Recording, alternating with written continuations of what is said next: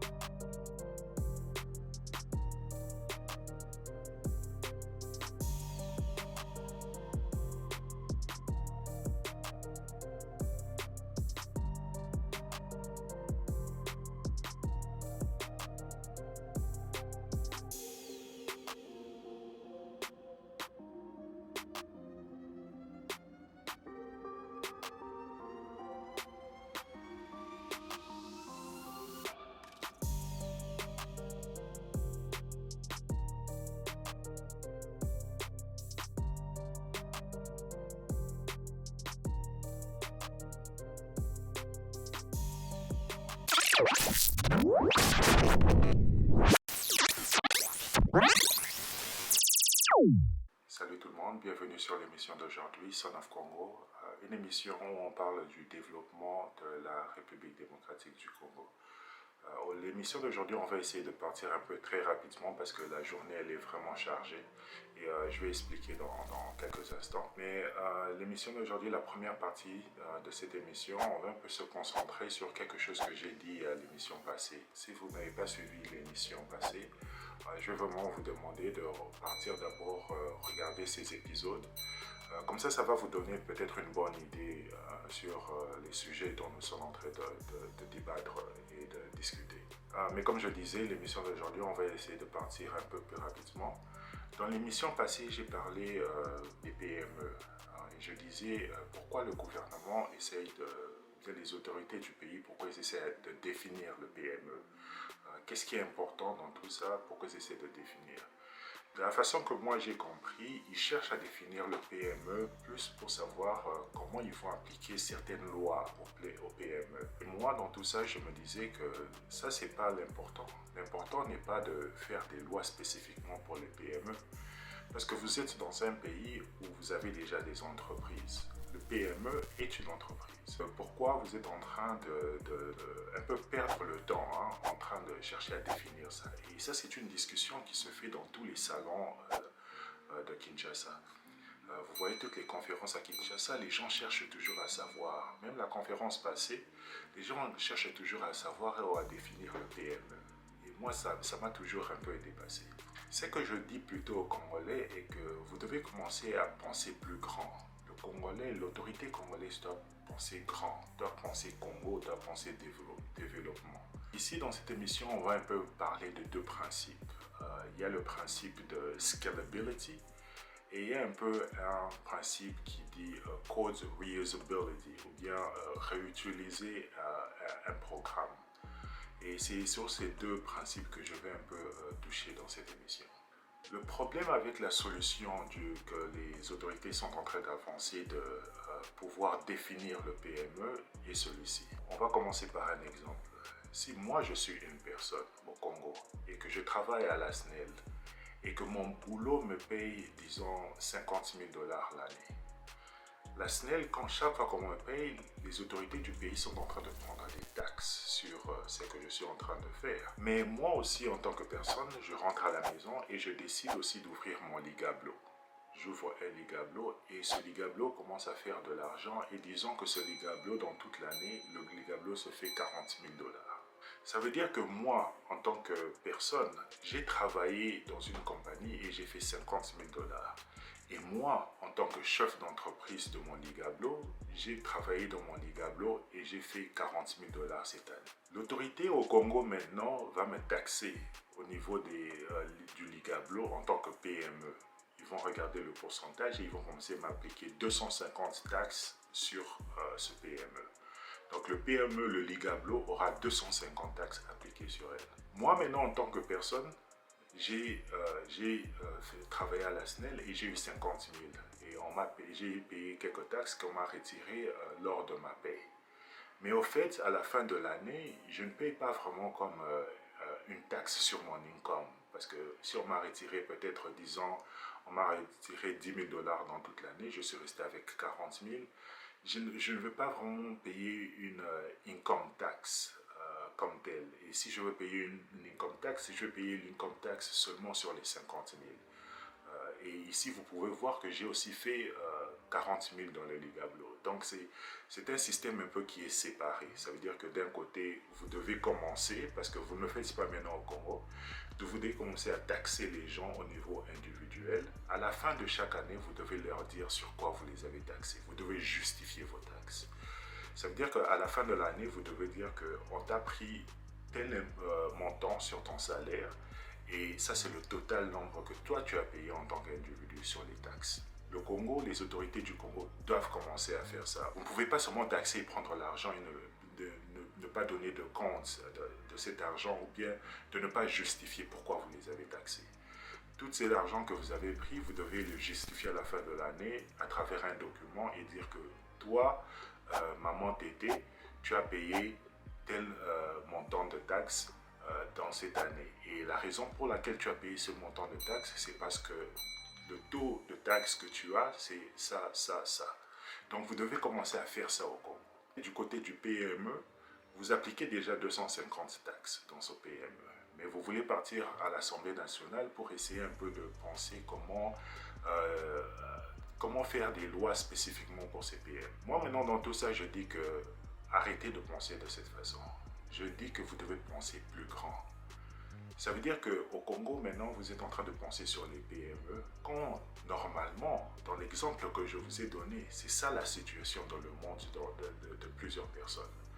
Ils ont leur petit boulot qu'ils travaillent et ils sont aussi des entrepreneurs. Donc vous, au Congo, les autorités, vous devez commencer à penser comment on va relier les deux. Et qu'on puisse faire quelque chose que les gens vont comprendre, quelque chose qui make sense, que les gens vont comprendre et qui marche très bien.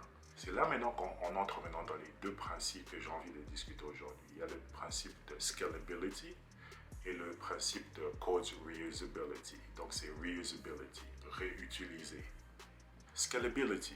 Scalability, c'est un peu du genre, vous êtes en train de déterminer si ce projet pourra s'adapter au fur et à mesure qu'il est en train de grandir. Je vais un peu donner un exemple. Disons par exemple que vous êtes une personne et que vous avez un projet de construire une maison à plusieurs étages. Mais vous avez aujourd'hui seulement assez d'argent pour construire seulement qu'un seul étage. Et peut-être un peu au-delà de ça. Au lieu de faire construire une fondation qui peut supporter qu'un seul étage, vous devez construire, parce que là maintenant vous serez bloqué. Parce que si vous construisez une fondation qui peut supporter un étage, vous serez bloqué. Vous ne pourrez plus continuer après. Au lieu de faire ça, vous pouvez faire une fondation qui peut supporter plusieurs niveaux. Et puis vous faites votre maison dessus. Ça veut dire que dans le futur, si vous devez ajouter des autres niveaux, vous n'aurez pas besoin de faire des changements majeurs sur la structure de votre maison. Parce que la maison, le projet au départ, il était scalable. C'était un projet qui pouvait scale. Et c'est ça le principe de scalability. Ça, c'est un exemple dans la construction. Si vous êtes peut-être dans le tech, dans la technologie, vous voulez implémenter ou bien créer une application. La première chose que vous allez vous demander est comment mes clients doivent se connecter à mon application. Vous pouvez vous dire que, ok, je veux que mes clients puissent se connecter par email. Parce que moi, je trouve qu'il y a beaucoup de gens qui utilisent email. Je veux que mes clients se connectent par email. Vous partez maintenant, vous écrivez le code. Vous tapez le code pour que vous puissiez implémenter cette solution. Vous écrivez le code, vous passez quelque chose de 3 heures en train d'écrire et puis boum, vous avez fini. Maintenant, les gens qui ont des emails peuvent entrer maintenant, se connecter dans votre application. Mais cette façon de faire les choses n'est pas scalable. Ça veut dire que vous vous limitez seulement aux gens qui ont des emails.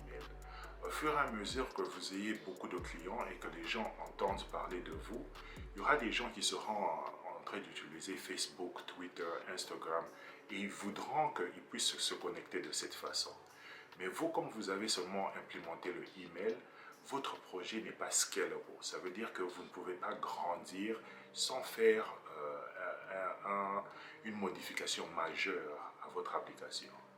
Au lieu de faire ça, c'est mieux de partir encore, faire 2 heures, vous êtes en train d'écrire pendant 2 heures et implémenter une solution pour Instagram. Vous faites encore d'autres codes pendant 2 heures, implémentez une solution pour Facebook et vous faites la même chose pour les autres social media. Là maintenant, votre projet est scalable parce que toutes ces personnes pourront entrer dans votre application et pourront se connecter à votre application sans problème. Maintenant que vous avez seulement des clients sur email, il n'y a pas de problème. Mais à fur et à mesure que vous êtes en train de grandir, tous les autres pourront se connecter sans que vous ayez changé quelque chose sur la structure, quelque chose de majeur sur la structure de votre code. Donc c'est un peu ça le scalability. Le deuxième contexte ici, c'est code reusability. Ça veut dire que vous êtes en train de réutiliser un code, c'est toujours dans la technologie. Vous êtes en train de réutiliser un code qu'un autre développeur a déjà écrit. Ça veut dire que si quelqu'un dans le software engineer, dans l'exemple que j'ai donné, au lieu que vous passiez tout ce temps en train d'écrire sur en train de faire 2 heures pour écrire comment les gens vont se connecter sur email, comment ils vont se connecter sur Instagram, comment ils vont se connecter s'ils viennent de Facebook. Au lieu de passer tout ce temps en software engineering, quand vous travaillez dans les logiciels, il y a deux principes. Le principe numéro un, c'est d'être rapide. Et le principe numéro 2, c'est d'être efficace. Donc vous devez être très rapide et très efficace, les deux en même temps. Ce qui est une combinaison qui est quand même difficile à faire. Et parce que c'est le contexte, donc vous êtes déjà en train de travailler dans ce contexte, quand vous êtes dans le software engineering, dans les logiciels, ça veut dire que tout le temps que vous êtes en train de passer sur un code est très important. Au lieu de passer maintenant 2 heures de faire tout le code comme je le disais, vous pouvez partir seulement et utiliser un library. Ça veut dire une pièce de code qu'un autre développeur a déjà écrit. Vous prenez cette pièce de code et vous l'implémentez dans votre projet. Ça veut dire que le développeur, lui, il a déjà écrit comment une personne peut se connecter par email, Facebook et toutes ces histoires. Donc vous pouvez seulement prendre ça, mettre ça sur votre projet, améliorer un peu et vous avez terminé en moins d'1 heure. Et ça, c'est l'avantage de Code Reusability. C'est ça maintenant que le projet part un peu plus rapidement. Au lieu de passer trop de temps vous-même à réécrire toutes les histoires, comme on dit en software engineering, ça ne sert à rien de réinventer la roue. Il y a des gens qui ont déjà fait tout ce boulot avant toi. Ça ne sert à rien pour toi de commencer à coder comment les gens vont commencer à se connecter par email. Prends quelqu'un qui a déjà trouvé la solution, tu prends ce package, tu l'implémentes dans ton projet et tu le modifies. Donc ça, c'est le deuxième concept. Rentrons maintenant dans le système de taxes. Faire des lois spécifiquement pour les PME n'est pas une solution qui est scalable. Elle n'est pas scalable. Pourquoi? Parce que, comme je vous l'ai dit, les gens qui travaillent à la SNEL, tous ces gens, les gens qui sont dans le privé, ne payent pas vraiment leurs taxes. À un niveau, l'État doit commencer à être sûr que ces gens vont commencer à payer un income tax, vraiment, une taxe sur leur income. C'est-à-dire que si j'ai fait 50 000 $, combien l'État va me prendre sur mes 50 000 $? Parce que je dois payer une taxe sur cet income. Et vous avez beaucoup de gens qui sont en train de travailler, la majorité des Congolais travaillent et ils ne payent pas l'income tax. Ça, c'est un problème que les autorités doivent adresser. Vous devez trouver une solution à ce problème. Du côté des PME, vous avez 260 taxes que vous êtes en train d'appliquer aux gens. Et la même personne qui est responsable du PME est la même personne qui travaille aussi à la SNEL. Le Congolais, maintenant, l'autorité congolaise doit penser maintenant à ce scénario et se dire maintenant comment on va répondre à ce problème. Et c'est là maintenant que vous parlez de structure. Vous commencez maintenant à raisonner à une structure que vous allez mettre en place qui pourra scale. C'est-à-dire que même quand vous ajoutez des gens dans l'écosystème, la structure va toujours pouvoir les accueillir sans changer beaucoup des histoires dans la structure. Maintenant, je vais vous donner maintenant l'exemple de comment ça se passe aux États-Unis. Et on va on va vraiment partir lentement et on va entrer un peu dans des explications. Comme je disais, Son of Congo, c'est une émission qui est aussi pédagogique parce que notre éducation en Congo n'est pas très bonne. Et comme notre gouvernement n'a pas pu investir beaucoup dans l'éducation, il est important que nous, les Congolais qui ont de l'expérience, puissions partager notre expérience, que nous puissions éduquer nos populations. Et en le faisant, surtout ceux qui sont dans la diaspora, en le faisant, peut-être on pourra réduire la gap de l'éducation. Parce que l'éducation au Congo, elle n'est pas très bonne. Et si nous, on peut faire notre part de choses, en tant que population, on pourra aider nos frères et sœurs au Congo à comprendre certaines choses. C'est pour ça que je vais entrer un peu dans quelques détails. Peut-être que ce sera banal pour la plupart des gens ou bien pour plusieurs personnes, mais vraiment, prenez votre mal en patience. Et cette émission est vraiment aussi pour la jeunesse, pour que la jeunesse puisse comprendre et pour que la jeunesse puisse se donner une idée de ce qui se passe. Donc, des explications, il y aura quand même des slides et tout ça, et ce sera peut-être un peu trop de détails pour les professionnels ou pour ceux qui ont de l'expérience. Mais comme je l'ai dit, prenez votre mal en patience parce qu'il y a toute une jeunesse qui est en train de nous suivre aussi. Aux États-Unis, ça marche comment? Aux États-Unis, si vous voulez, vous êtes une personne et que vous voulez ouvrir votre entreprise, vous avez 3 choix à faire. Vous pouvez ouvrir votre entreprise en tant que sole, vous pouvez ouvrir votre entreprise en tant que LLC ou vous pouvez ouvrir votre entreprise en tant que corporation. D'abord, je dois commencer pour dire que, comme je l'ai dit à l'émission passée, la Cour constitutionnelle a dit il y a quelques années que les business, les corporations sont des personnes. Et j'ai parlé de ça à l'émission passée. Donc, si vous voulez un peu suivre sur le débat, donc partez un peu suivre cette émission d'abord. La Cour constitutionnelle a dit que les corporations, les business sont des personnes. Et ce qu'ils disent est que le business n'est pas une personne physique, mais le business a des droits et a des devoirs comme une personne. Ce qui fait d'elle vraiment une personne. Parce que une personne, c'est pas vraiment seulement le physique. Au terme de l'État, la personne, c'est le droit et le devoir de la personne. Donc, si un business a des droits et des devoirs, ça veut dire que le business est carrément une personne aussi. Maintenant, rentrons dans mon exemple. Si vous êtes aux États-Unis et que vous voulez ouvrir maintenant une compagnie, vous allez décider, est-ce que je dois faire un SOL? Ça veut dire que la compagnie et moi, nous sommes une personne.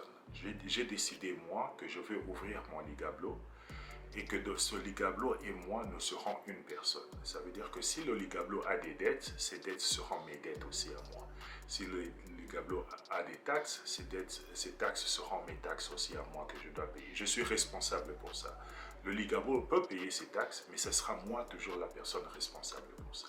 Donc c'est un peu ça que ça veut dire. Ça ne veut pas dire que c'est moi qui vais payer les taxes, mais ça veut dire que je suis responsable des taxes du Ligablo en tant que propriétaire de ce business. Ça, c'est ce qu'on appelle un SOL. Vous pouvez aussi décider de faire un LLC. Dans le LLC, maintenant, ça veut dire que vous avez décidé que le Ligablo sera sa propre personne et moi, je serai ma propre personne. Le Ligablo aura son numéro d'identification qui va identifier ce Ligablo seulement en tant qu'entreprise. Et moi, je serai une personne et j'aurai mon numéro social qui m'identifie moi uniquement en tant que personne.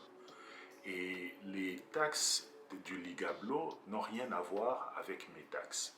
Les dettes du Ligablo n'ont rien à voir avec mes dettes. Mais le LLC vous donne aussi une flexibilité où vous pouvez prendre les taxes du Ligablo et être responsable du taxe du Ligablo. On va arriver à dans ça. La troisième option, ça me donne l'option d'être une corporation. Ça veut dire que moi et plusieurs personnes, nous avons décidé que nous devons être une corporation. Et à ce niveau, maintenant, on va être taxé au niveau de Ligablo. Parce que nous tous, on est en train de faire le Ligablo ensemble.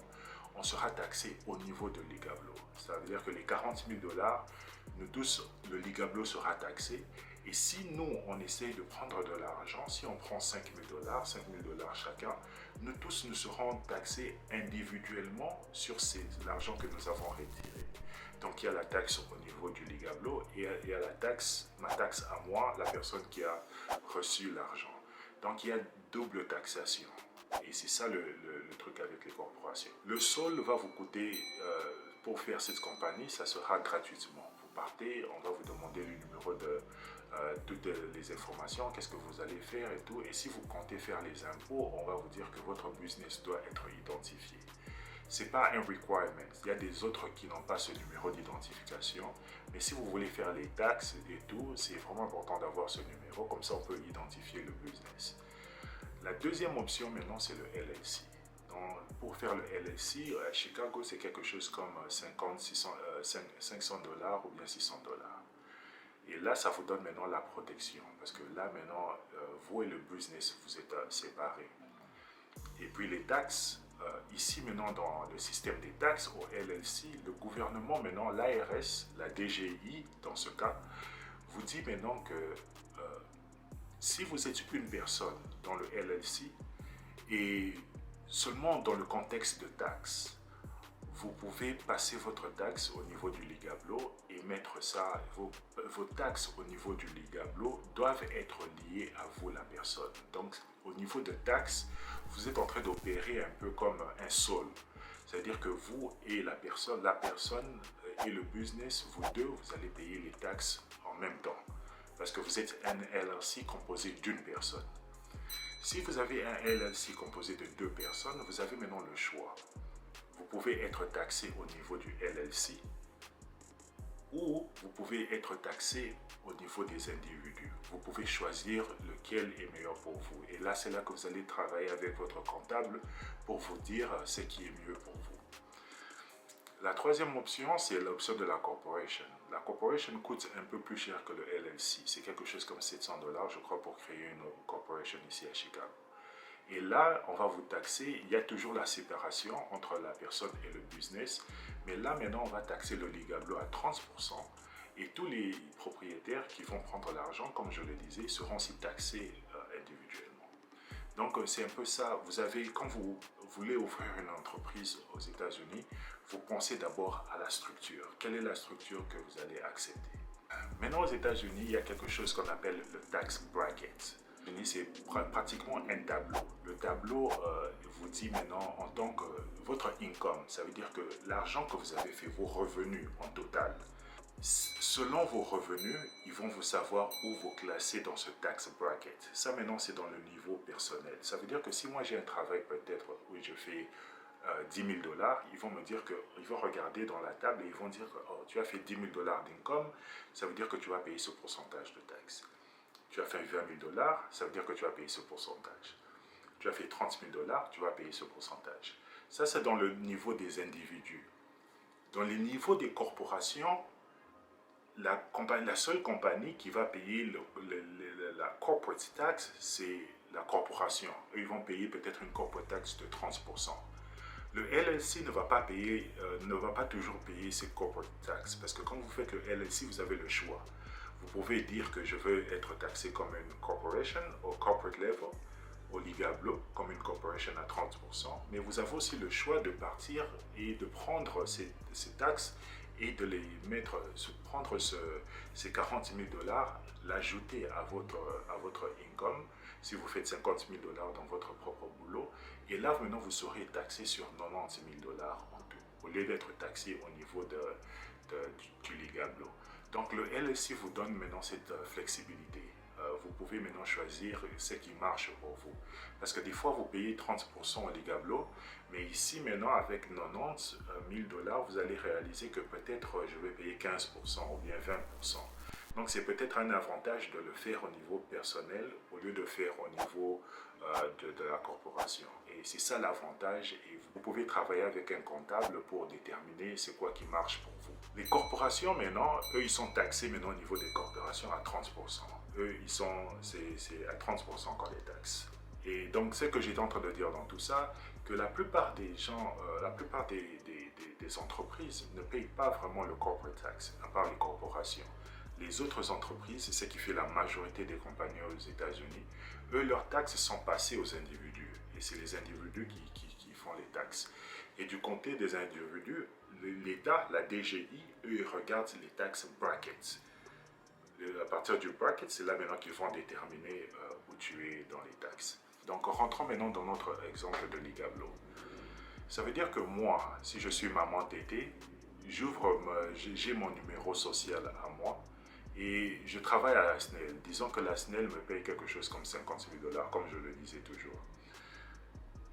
Dans les 50 000 $, j'ai pris mon argent, j'avais pris mon argent que j'avais économisé et j'ai ouvert un Ligablo. Et ce Ligablo-là, il me fait quelque chose comme 40 000 $ l'année. Si j'ai décidé, moi, maman tété, d'ouvrir ce Ligablo en tant que seul, ça veut dire qu'à la fin de l'année, l'argent que le Ligablo a fait, le income, le revenu du Ligablo, va être additionné à mon revenu à moi. C'est-à-dire que 50 000 $ plus les 40 000 $ que le Ligablo a fait.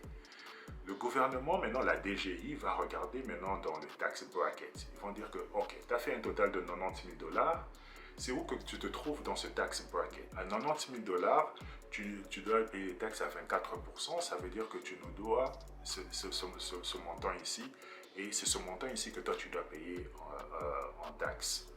Donc maman tété va payer ce montant-là à la fin de la taxe parce que en taxe parce que c'est ça qu'elle a décidé c'est la structure qu'elle a décidé de faire. Dans cette structure maintenant il n'y a pas de protection. Ça veut dire que si maman tété a des dettes au niveau du Ligablo, ces dettes maintenant si la cour juge maintenant que le Ligablo a tort, quelqu'un a mangé un produit du Ligablo et la personne est tombée malade, cette personne a porté plainte contre le Ligablo de maman Tété.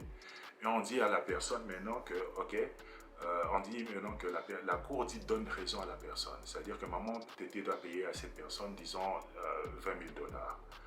Ou bien disons qu'elle doit payer à la personne 100 000 dollars. Ça veut dire que si elle doit payer à la personne 100 000 dollars, les autorités peuvent venir et confisquer les 40 000 dollars qui se sont faits au Ligablo et prendre le reste aussi dans son argent personnel. Ça veut dire dans son income personnel, les 50 000 dollars qu'elle a fait à la SNEL. Donc, il n'y a pas de séparation entre elle et le business. Et c'est la même chose aussi que si maman Tété part s'endetter quelque part et que son Ligablo fait 50 000 dollars, si elle part s'endetter quelque part pour 100 000 dollars, c'est-à-dire que les autorités peuvent faire un jugement contre elle et si elle ne repaye pas l'argent, on peut faire un jugement contre elle et ils vont prendre les 50 000 dollars et ils vont partir maintenant dans le business pour prendre le reste aussi au business. Donc, il n'y a pas la séparation entre elle et le Ligablo. Et c'est ça le problème dans cette structure.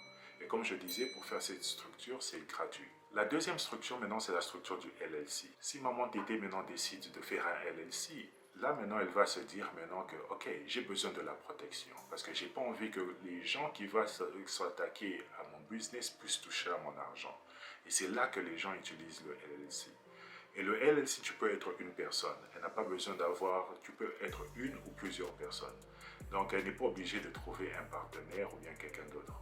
Mais si elle ne trouve pas un partenaire, ça veut dire qu'au niveau de taxes, l'État va faire la même chose. Ils vont prendre les 40 000 dollars, ils vont additionner aux 50 000 dollars et ça va faire, ils vont te taxer sur les 90 000 dollars parce que tu es considéré, au niveau de taxes seulement, tu es considéré comme un sol.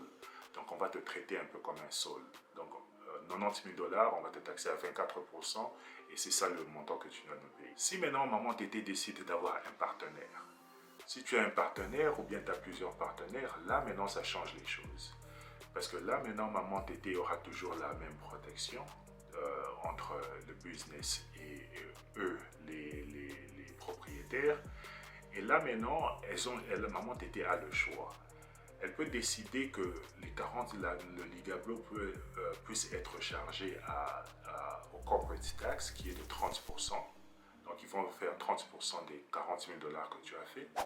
Et vous, les individus, vous allez payer vos taxes séparément sur les 50 000 dollars que vous avez fait. Vous allez regarder 50 000 dollars. Dans mon tax bracket, ça veut dire que je dois payer ce pourcentage. Et c'est ce pourcentage que je vais payer à l'État. Mais le Ligablo, eux, ils doivent payer 40 000 dollars.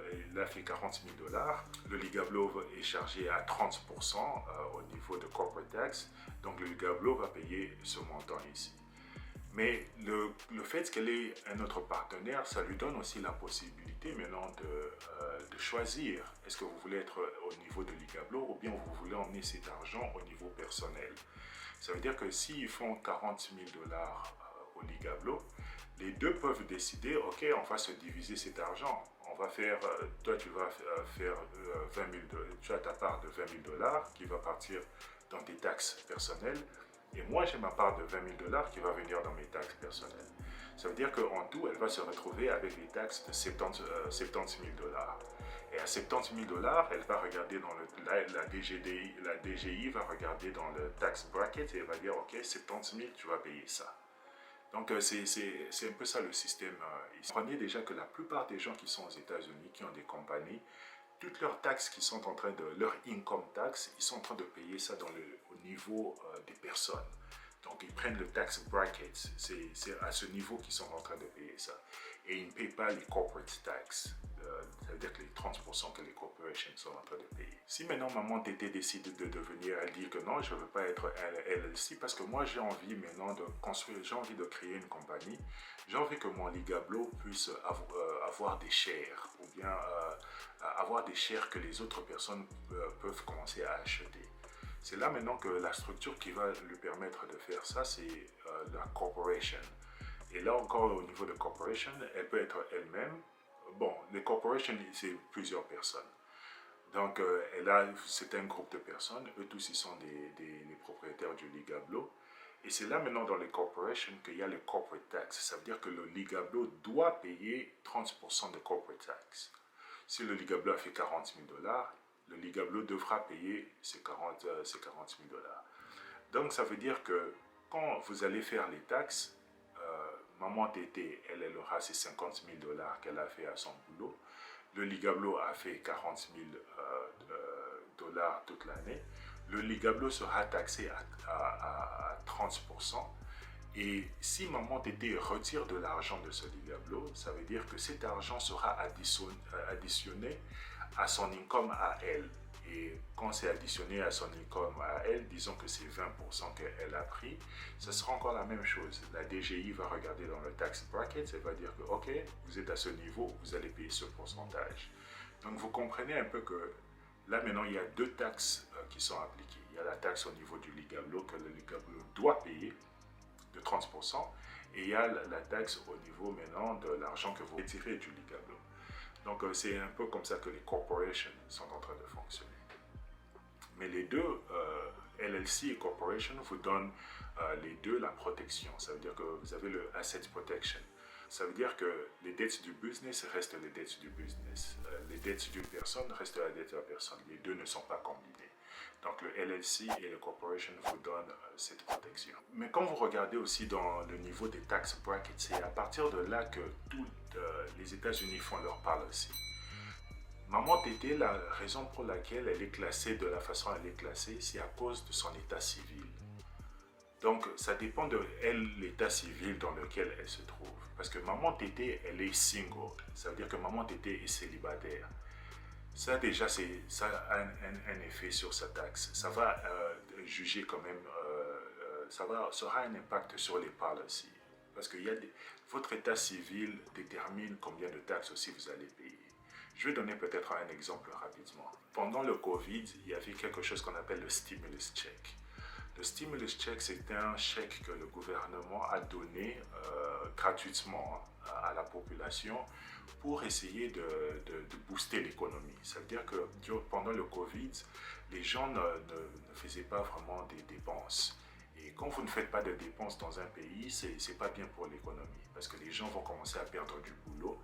Parce que si vous ne faites pas des dépenses, ça veut dire que les gens, les magasins, les gens qui sont les propriétaires de magasins ne peuvent pas justifier comment garder toutes ces personnes dans leur staff, parce qu'ils ne se font pas d'argent, il n'y a pas de clients. Avec le stimulus check, les États-Unis, ce qu'ils ont fait, ils ont donné l'argent aux individus pour pousser les individus à continuer à dépenser cet argent. Et la première fois, ils ont donné quelque chose comme 600 dollars à tous les individus. Gratuitement, ils ont donné 600 dollars.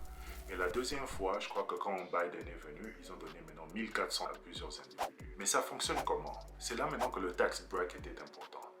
Ils vont vous donner les conditions pour que vous puissiez être qualifié pour ces taxes. Ils vont vous dire, si vous êtes un individu, votre income doit être moins de 75 000 dollars.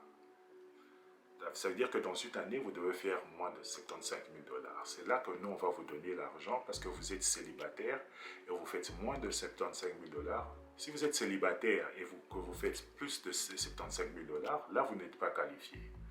Mais il vous dit maintenant que si vous avez maintenant le statut de Head of Household, ça veut dire que vous êtes le patron de la maison. Vous n'êtes pas nécessairement marié, mais vous êtes le patron de la maison et vous avez quand même une famille que vous êtes en train de gérer.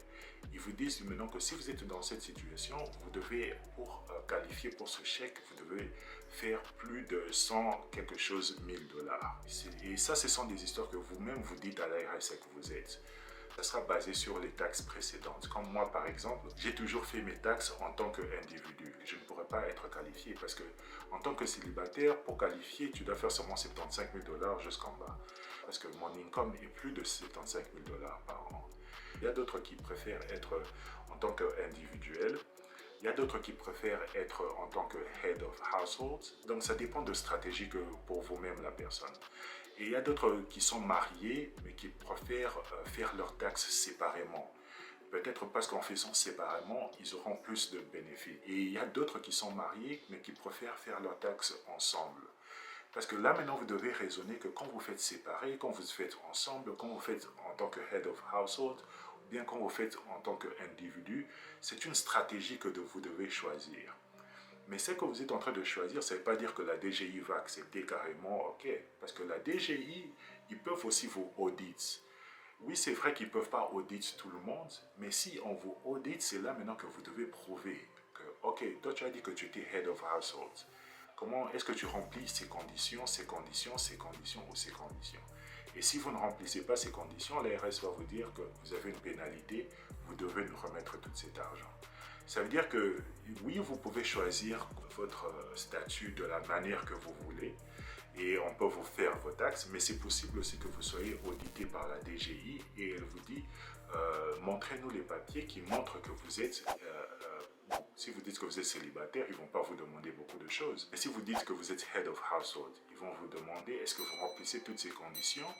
Et si vous montrez que vous êtes marié, mais vous êtes en train de faire des histoires séparément, ou bien vous êtes marié, vous faites les histoires ensemble, ou bien que vous êtes veuve, toutes ces histoires vont déterminer comment, quand ils font sortir des policies, quand ils disent qu'on va donner aux gens des stimulus checks, ça va déterminer qui sera qualifié pour ces chèques. Donc ça, c'est un peu pour vous donner un exemple de voir comment les choses fonctionnent aux États-Unis. Ici, l'État n'est pas là pour vous pousser à faire quelque chose. L'État vous dit que vous-même choisissez comment vous voulez être qualifié et nous, on va accepter ce que vous nous avez dit. Mais en acceptant, c'est possible qu'on vous fasse une audit. Quand on va faire une audit, si vous nous avez menti, vous serez responsable de nous payer tout cet argent-là en retour. Donc, vous devez quand même être... C'est un système où vous devez être honnête vous-même, envers vous-même. Et si vous ne voulez pas avoir des problèmes avec l'État, vous partez seulement dans l'honnêteté. Si vous voulez avoir des problèmes avec l'État, vous pouvez mentir, des trucs comme ça peut passer. Mais si on vous fait une audit, c'est là maintenant qu'on va vous attraper. Donc c'est un peu ça le système aux États-Unis. Et c'est la même chose avec les compagnies. Quand vous créez les compagnies, vous-même vous choisissez où vous voulez être. Vous savez c'est quoi ces compagnies et vous choisissez parce que vous avez tout devant vous.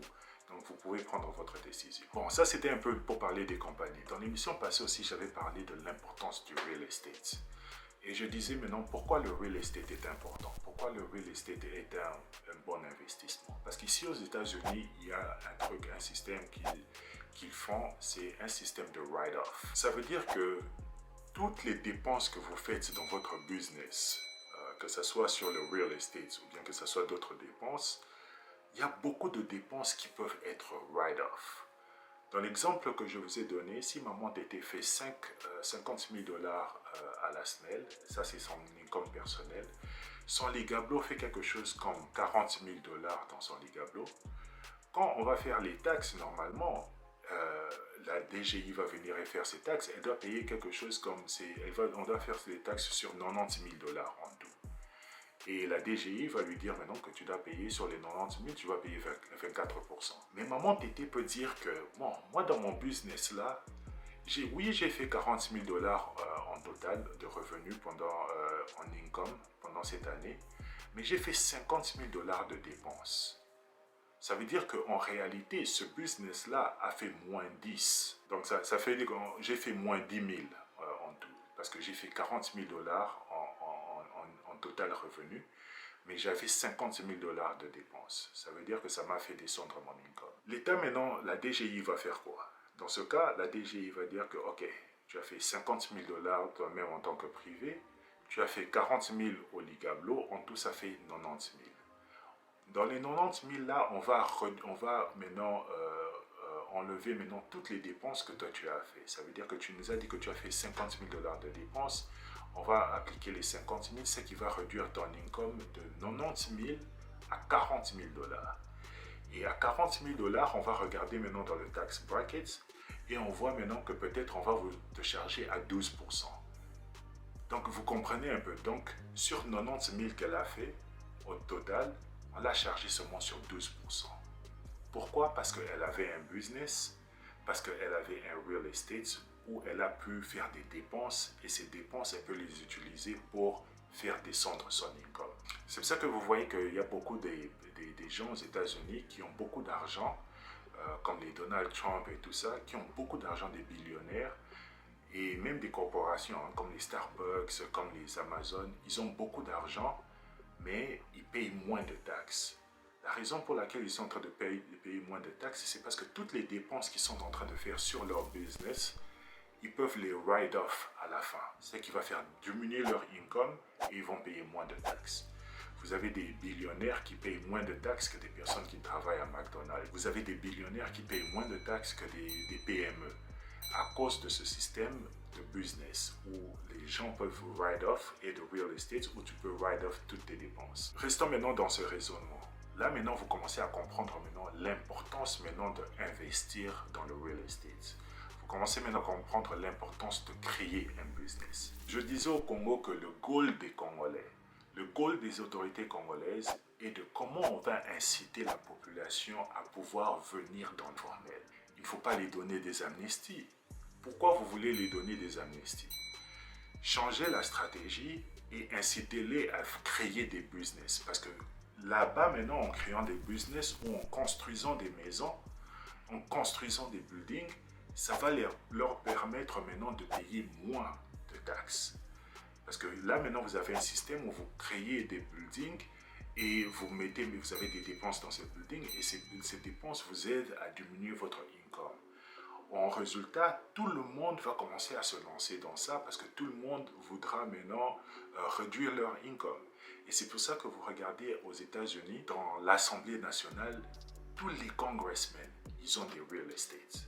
À cause de ça, parce qu'ils savent que le seul bénéfice que nous, les congressmen, nous avons mis dans la loi américaine qui peut nous permettre de réduire nos taxes, c'est 1, le business et 2, le real estate. C'est ça la stratégie dont le Congolais doit commencer à penser aujourd'hui. Donc j'espère que vous avez compris maintenant l'importance du real estate. Et en fait, je disais tout ça parce qu'aujourd'hui c'est un jour très important. Il y a quelques mois, j'avais commencé la procédure pour m'acheter mon propre real estate pour mon business.